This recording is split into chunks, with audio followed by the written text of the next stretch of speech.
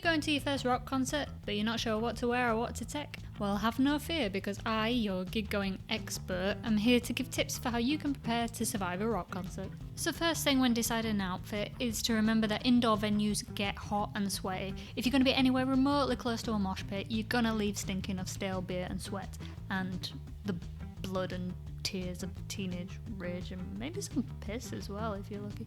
Anyway, just wear stuff you don't mind getting wrecked, torn or stained. Classic black band shirt's a pretty good start. It's perfectly acceptable to wear the shirt of the band you're seeing. You can even buy one at the merch stall and put it on when you get there and get extra points for supporting the band. But as long as it's the same genre, whatever band's fine. Festival shirts are pretty good too, so people behind you can talk about how good the lineup was that year while waiting for the sport band to finish. For pants, I recommend going for casual and comfy. Cargo pants are pretty good moshing attire, and the more pockets for keeping your stuff, the better. Just try to have zip pockets so your shit doesn't fly around everywhere. Skirts are okay too, as long as you don't plan on crowd surfing, though there is a low risk of a drunk guy's hand or camera going up your ass. Not saying it happens, but also it's not like it's never happened, so just saying. Footwear is really important, especially if you're in standing, which for most rock and metal shows you will be. I recommend wearing some sturdy boots like these with a big heel and a good sole. Steel toe caps even better for mosh pits, though maybe not for the poor bugger who accidentally kicks your boot. Doc Martens are pretty good, or you can be extra special like me and get some Solivers, which are basically the same as original dog boots but with a pretty green label. Trainers and sneakers are fine too, just remember your feet might be achy after 4 hours of standing, and there's not going to be many places to sit down for a rest, if any.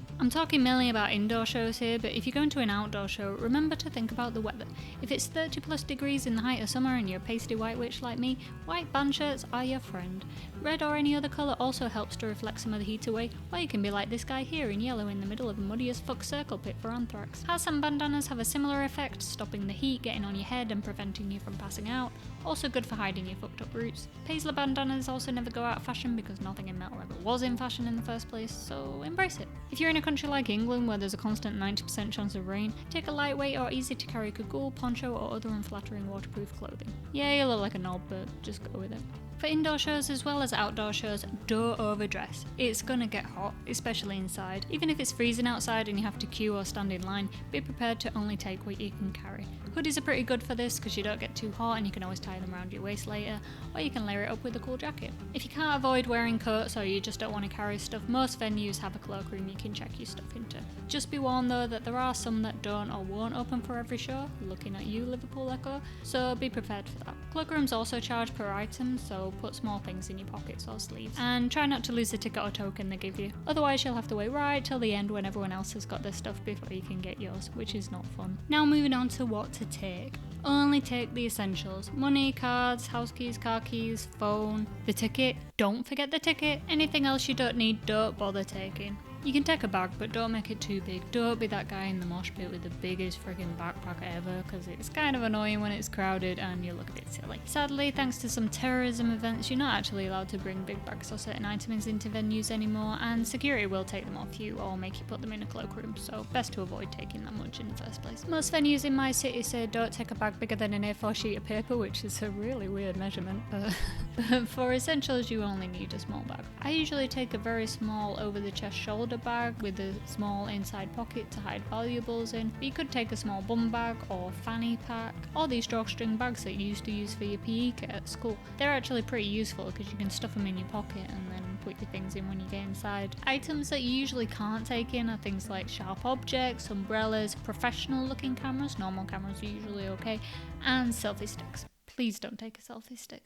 Also, water bottles aren't usually allowed in, although for some reason it's still okay to take a drinking horn. I wouldn't risk it though. One other thing you should seriously consider is taking earplugs. I know it's a bit boring and why block the sound, blah blah blah, but if you go into small clubs with loud music regularly for hours on end, it will damage your hearing over time. And you might be one of the unlucky ones that gets tinnitus or ringing in your ears from your mate complaining about their tinnitus, so if you don't want any regrets, just play it safe. You can get decent reusable and inexpensive earplugs that don't ruin the sound, and if they're on a string you won't lose them. And what else to remember? Oh, the gig ticket. Did I mention the gig ticket? Yeah, don't forget the ticket. Bonus, if you're a bit stalkerish and you like hanging around at the end of the show to see the band, take a pen and something to sign. You might get lucky and run into them, and I'm pretty sure they'd rather sign something than take a selfie. Now lastly, onto the physical and mental preparation. Now believe it or not, going to a gig, especially if you're standing, can be physically exhausting. And unless you're going to be going to the bar for water all the time, you can get dehydrated. So make sure you eat and hydrate yourself before you go, because I can tell you it's pretty embarrassing to pass out. Also, if you're drinking alcohol and it gets really hot and sweaty, just make sure you're prepared. You can also do stretches before the show. No, I'm just fucking around.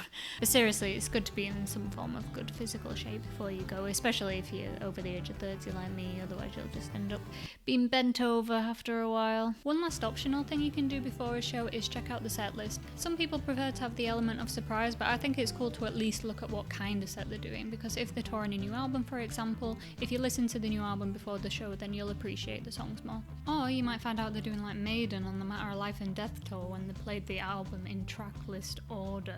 Then at least you're not going to be disappointed when they don't throw any other songs in.